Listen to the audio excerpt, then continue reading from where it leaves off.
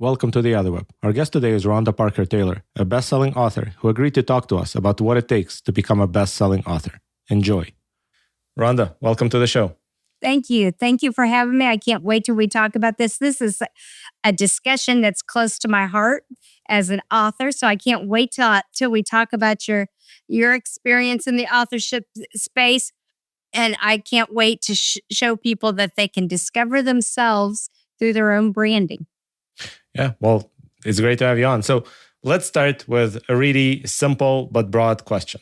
Let's say that I know how to write, but I have no idea how to get it to people so that they can read it. What should I start with? What's the right approach here? Well, the first thing is you have to finish that thing. You have to finish that book.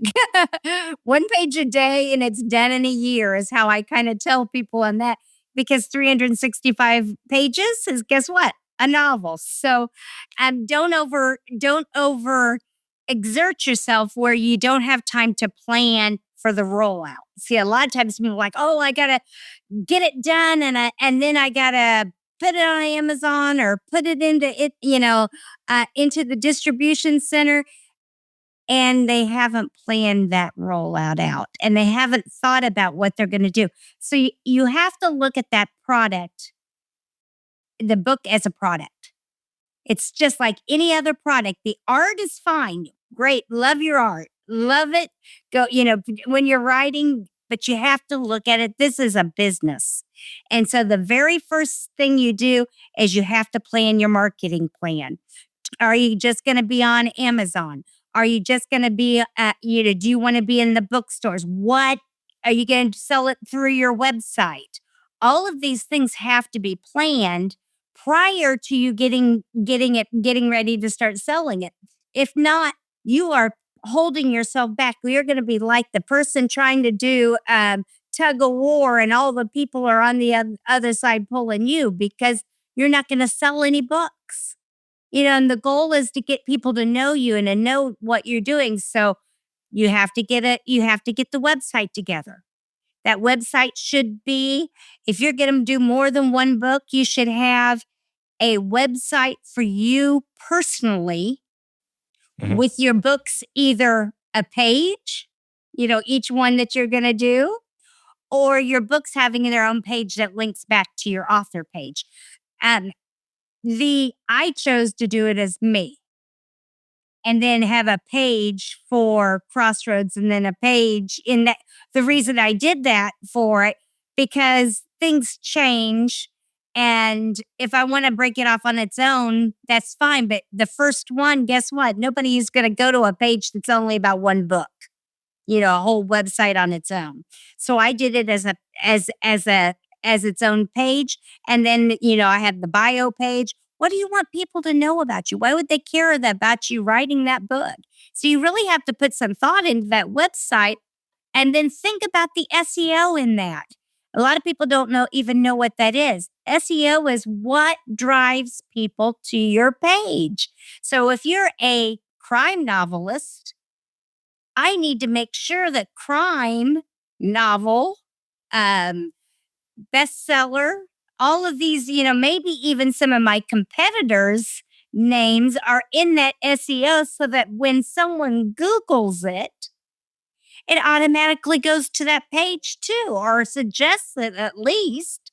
So you're really trying to create a new business. So think about your book and your writing as a business, and you're going to be better off.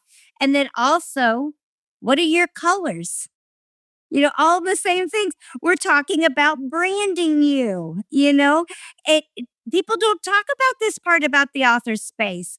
If you pick orange for and black for your first cover, are all your covers going to have the same coloring? Is your website going to change for each one? So you can see that there's a certain amount of planning that's required just before it's even published.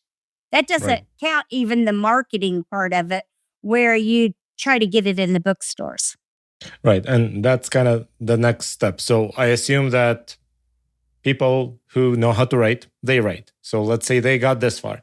They have to figure out the publishing process, which in itself is non-trivial.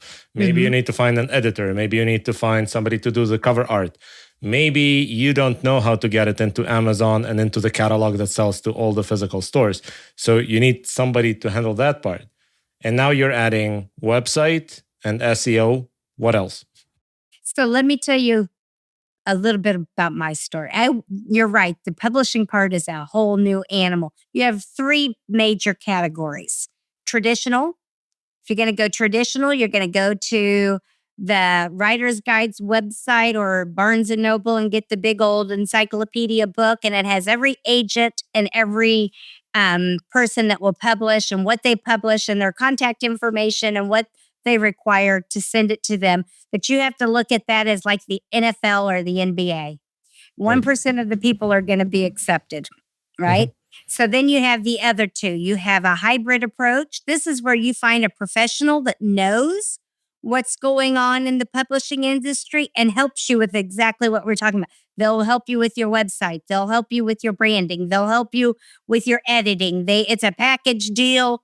You pay a flat fee of what you're willing to let them do, and then you'll pay, and what you're going to do, and you divvy out the tasks, and then they'll help you get it there. Then the third one is the self-publishing, and that self-publisher says, "Hey, I'm going to do it all," and then you better have some time. You better not have a job, or you better not expect that you're going to sell but maybe one book every month until you learn the tricks and the traps, right? Right. So you have the three different ones. None of them are wrong. Right. The traditional one is going to take you a long time to get something out. I had a deal that we worked on for 2 years, and there came publishing date, and they killed it. So if you're willing to wait 2 years, that's great. Let's do it. Let's get that 1% and get that NFL kind of contract, and let's go and let's do it. If you can do that, but if you can't, the other two are valid. Right. I actually had an agent tell me at some point that to even be considered by a traditional publisher, you just need to have 100,000 followers on social media. Right. That's what they're looking for right now. 100,000 followers. You know how hard 100,000 followers are? Unless they're all bots. And I bet they're smart enough to ask you, hey, let's see which ones are real followers and which ones are bots. They will do these kind of things. So, the third publishing right is the self-publishing. Yep. I chose hybrid. I chose to have them help me edit it, help me get things together, and create a package for me that worked. And then they also delivered my manuscript to an endorsement person that they recommended, which is Merrill Hemingway, which helped me tremendously get in the doors places. She read it. She made it part of her book club. She gave it a recommendation. She wrote the foreword. She put a YouTube video out there for it. And the reason is her brand is all about life balance. My book is all about, it's a crime novel, and everybody's out of balance and everybody's loyal to the wrong things. One's loyal to their job. One's loyal to the government. One's loyal to their friends. And meanwhile, you have chaos and crime going on because nobody is paying attention to what's going on in their life, right? So I think the hybrid approach, which is self-publishing plus the traditional, kind of get together because you're getting an expert in the field. Now, you pick your path, but you still have to work. First, they're going to ask you about your website. Take time with that. Make sure it's right because that's going to be your face. Make sure that, everything's the way you want it before you say it's live. Then as you're doing the distribution part of it, you have to decide, are you just Amazon oriented or are you winning in bookstores? You can't get into a bookstore unless you're already listed in one of the large distribution organizations like Ingram Group or Ingram Sparks, which is the baby company of Ingram Group. If you're with a bookstore distribution, bookstores can order it. So you have to have the plan of how you're going to do it. And then if you're going in bookstores, it also has to be checked that it's returnable. As an author, you're going to say, oh, I don't want anything returned. When if it's a product, people can return it. And you have to, here again, Your art is your art. I'm not trying to take away from it, but the sales are the sales. I got the first good review and I kept reading it and reading it. And finally, my husband had to say to me, "Are you in this for a pat on the back? Or are you in this to get your books out?"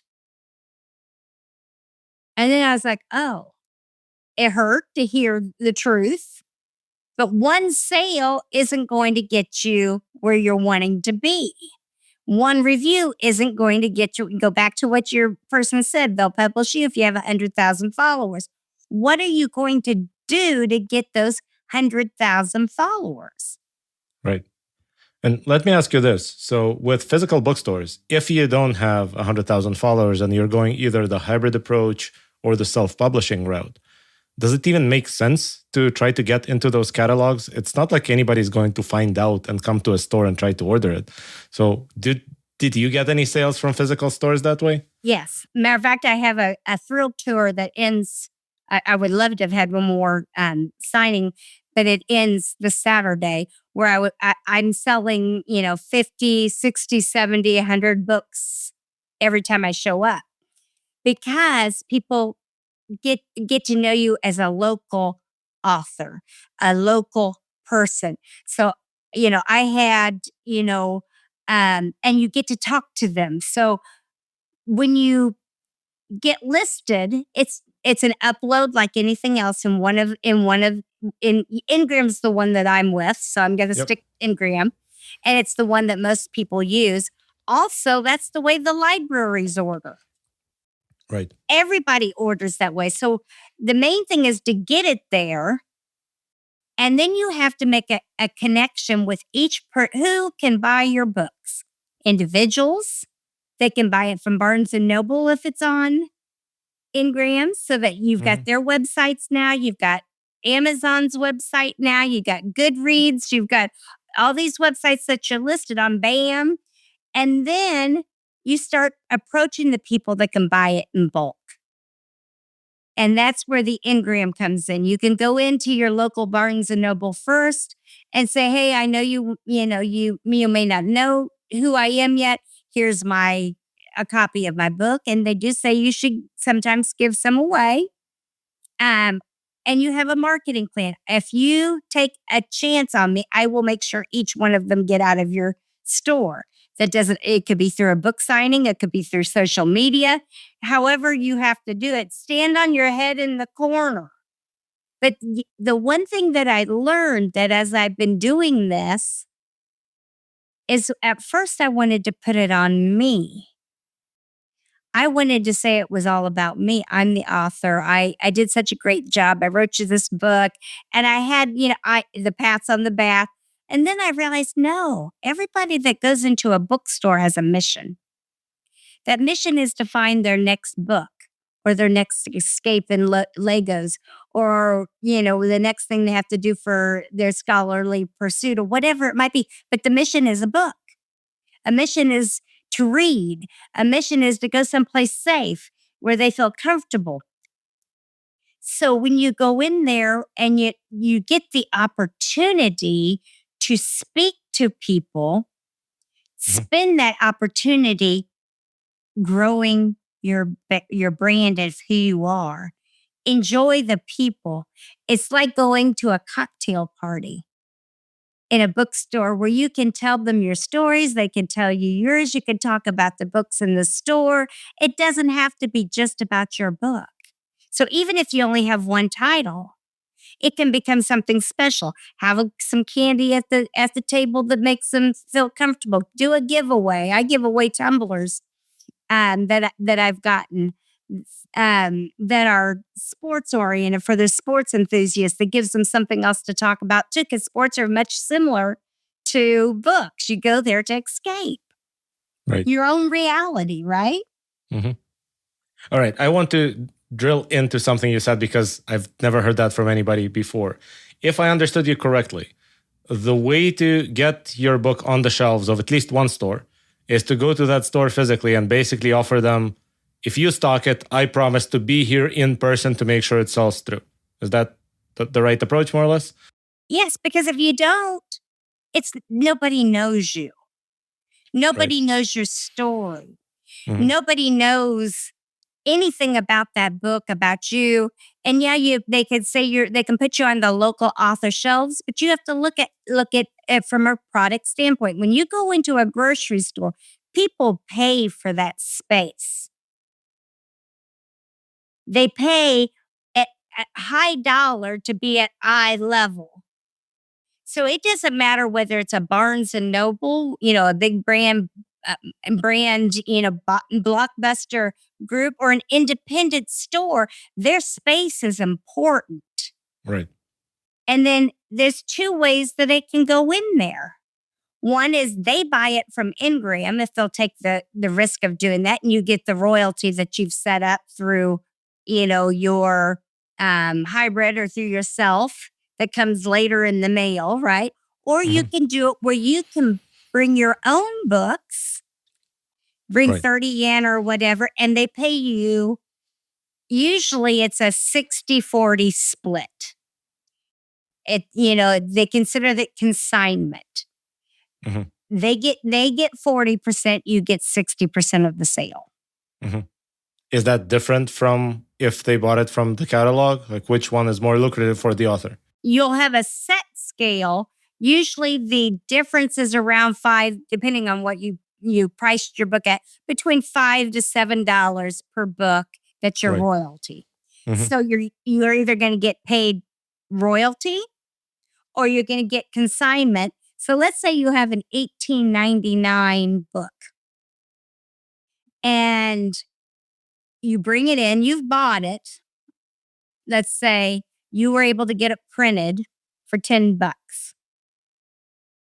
There's a big difference here because they're going to get they're going to give you 60%, which is $11.99 or something like that. You're going to get $1.99 for that each book you sell.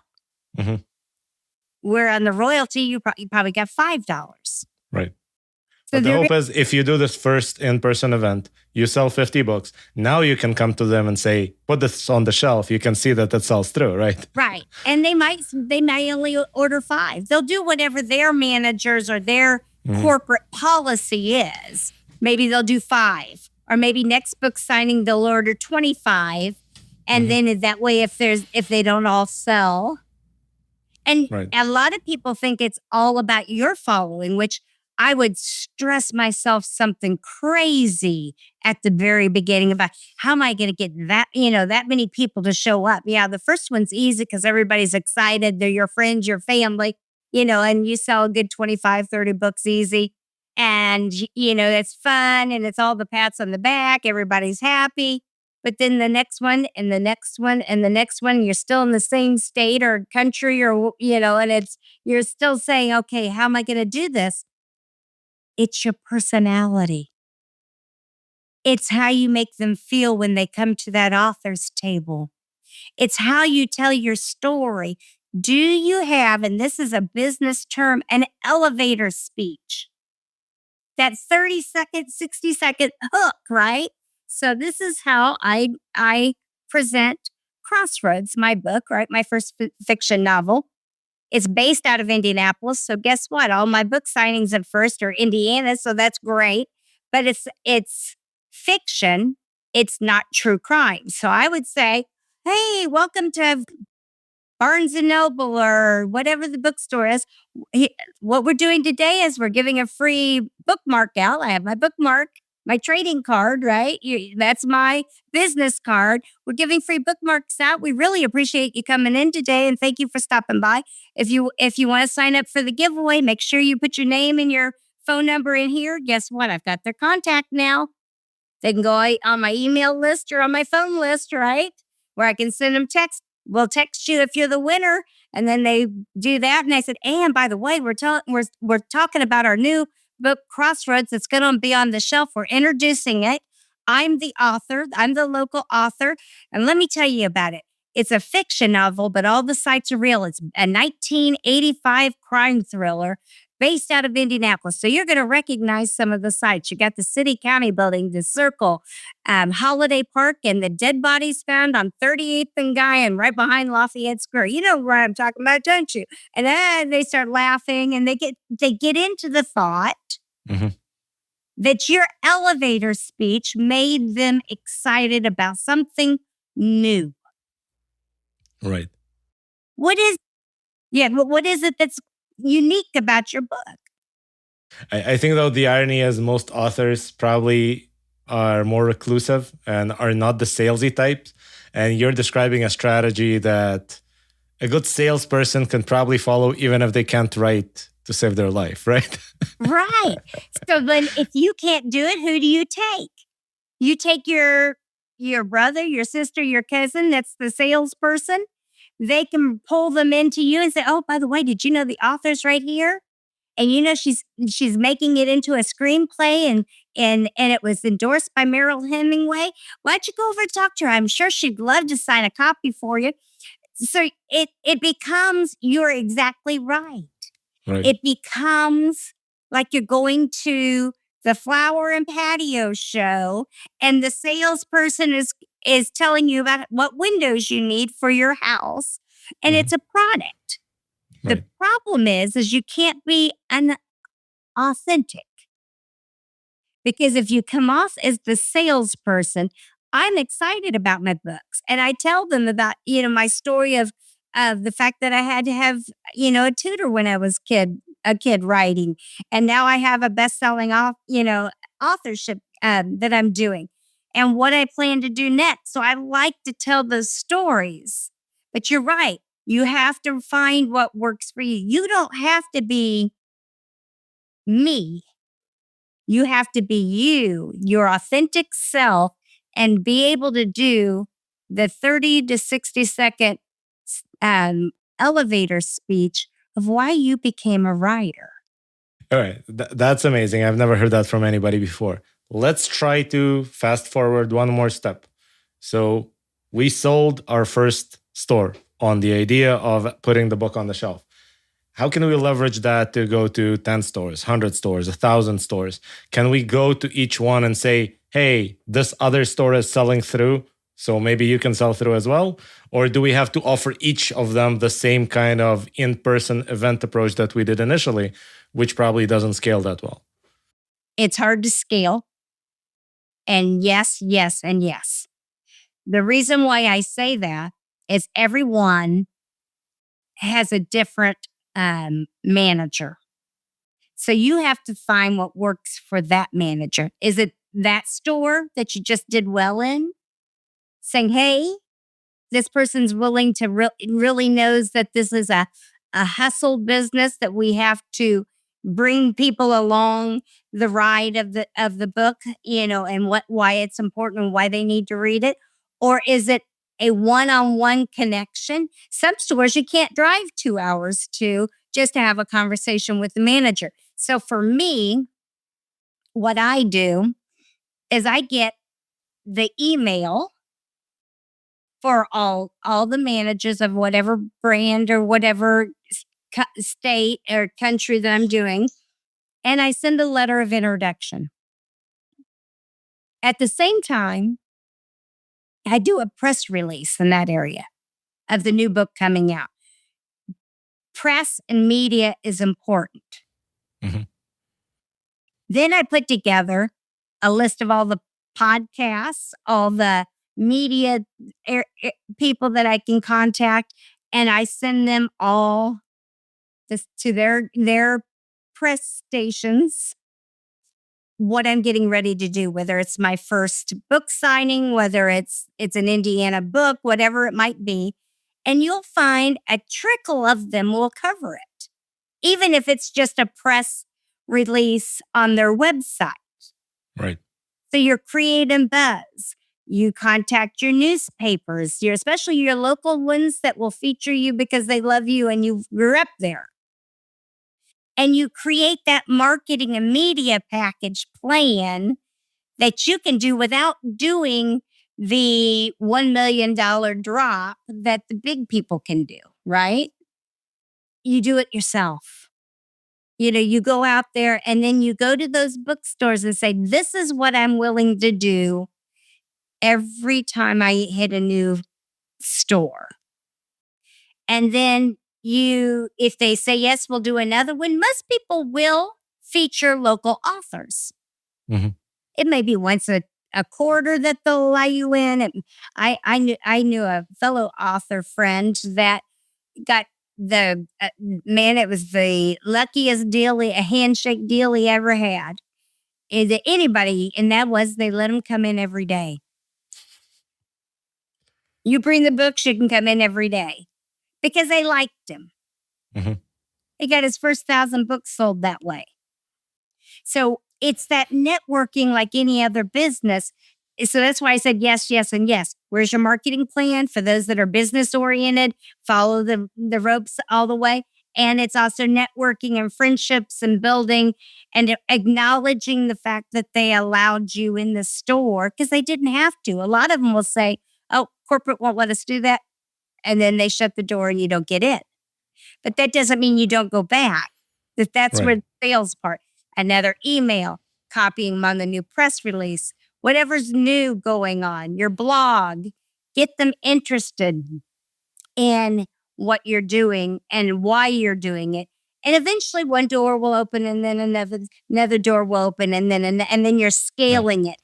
The internet part of it, the following part of it trickles with your events and your media. As your Right. media does, your following will follow. And the reason I ask about scale in this case is that ultimately you're doing sales, but you're selling a product where in the best case you're making $5 to $7 per unit. And you probably can't sell it in less than 5 minutes per customer. So you're capped at $60 an hour. That probably doesn't lead to a good life. And so at some point, I'm trying to figure out what is the escape velocity from this process to the point where an event sells 1,000 books in an hour. The escape is your followers. The escape is your more than one book. The escape is consistency. Once they know you're going to be there and they believe in you, it scales on its own. But it's going to take so that most people here again, let's go back to the athlete. You're not going to get the football contract until you've already had a successful college athletic career, at least maybe high school, right? You have to do the training. You have to put the work in. Same thing as an author. Until they know that you're going to be there tomorrow, nobody's going to believe in you. Once you get 1, 2, 3, 4, 5, 10 bookstores to believe in you, then you can step back a little bit and say, okay, where am I going to go?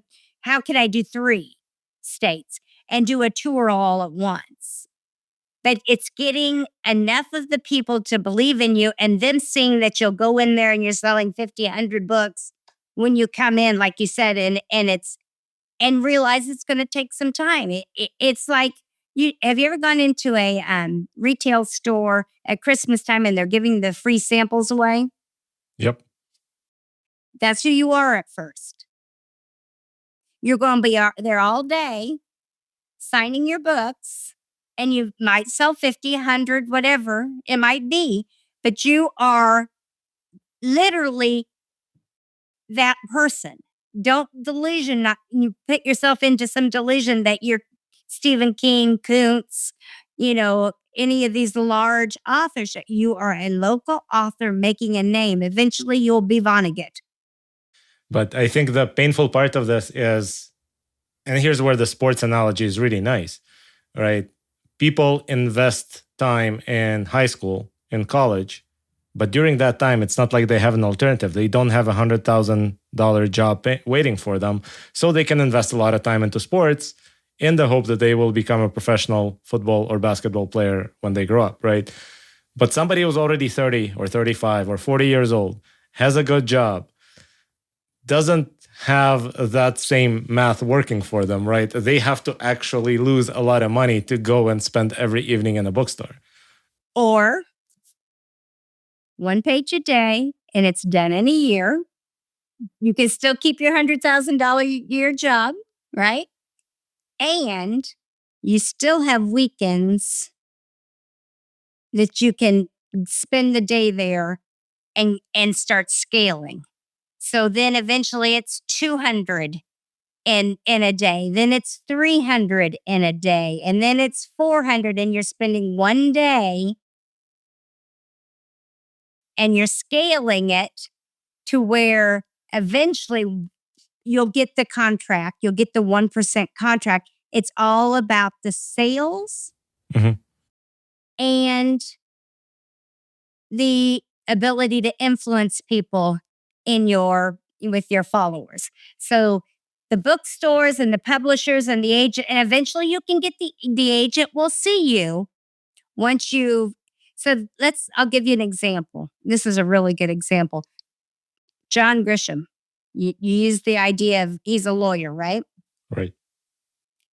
A Time to Kill, one of his biggest novels, only sold 2,000 copies the first run. 2,000, $5 a piece. That's like you said, he's not going to quit being a lawyer for that. Yep. But yet, a movie was made from it. It's one of his most known books now. It's all about perspective. Right. You're laying the groundwork or the foundation that you're the next big author. It's Right. no different when McDonald's opened up, they opened one franchise. Mm-hmm. Yeah. So the idea could be that your first book is the one you grind with. And maybe you just spend 200 hours selling 10 books an hour, basically, which is not a very high salary. But then you can get a book deal for the second book. And then somebody puts marketing dollars behind your brand because you've built it already. Right. And what are you going to do meanwhile? First, we talked about the marketing part. You could be a podcaster. I'm a guest on your show. You could get paid for being a podcaster. You can start getting contracts that way, as far as influencing, products, other products. You could do reviews for other people. You start building something, but you got to stay focused on what you want to be, and that's the authorship. Well, last question, and this is the most optimistic one. You've mentioned this term, bestseller, right? What do I need to do if I am on this path to actually have this thing appear after my name? And once it does, how helpful is it?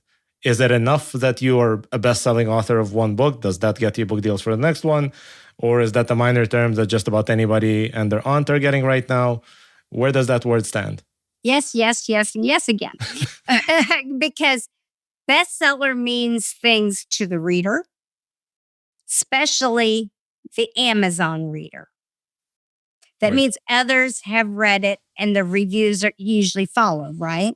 Mm-hmm. So, yes, the best thing for you to do is say, okay, what week, what month is going to be my bestseller emphasis? Which means you're putting all your ad and emphasis on Amazon sales. Here again, that's a marketing plan.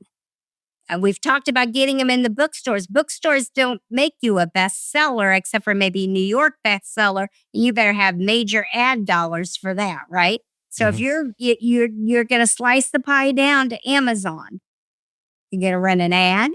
You're going to get all your friends to wait to buy it that day, and that everybody does it all at one time. And you need to make sure you pick the right category. Because if you don't have a category that is going to be marginal to something else that means something, nobody's going to care. Right. I actually heard another trick. I don't know if I'm going to be exposing tricks of the trade here or something, but I've heard from one hybrid publisher that they like to make the book free on Kindle for a day and run all their ads while it's free, because then it converts better and you can become a bestseller that day.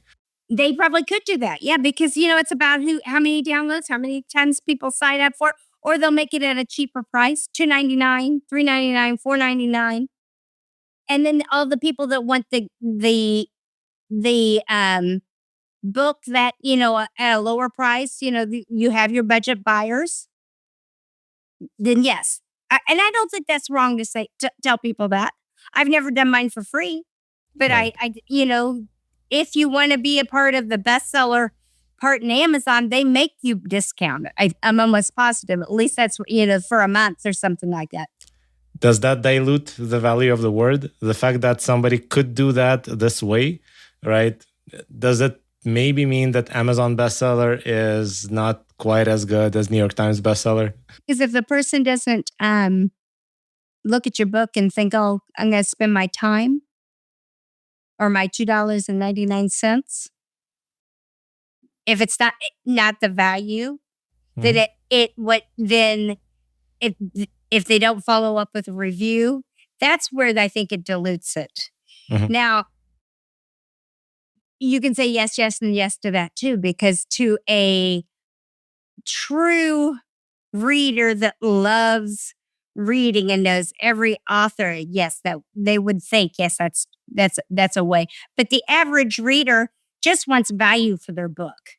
If they paid zero and they read it and they're like, oh, then they don't, they're okay with that. Right? But I guess when I'm talking about the value of that word, I'm thinking more about the scenario of you did this trick for a day, you sold it at a discount to try to get the bestseller moniker after that day. And now you sell your book for $18.99, but now you can say best-selling author or something like that, right? And maybe that boosts your sales from that moment on.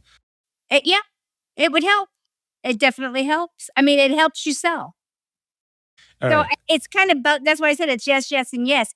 What you're really doing is you're discounting yourself.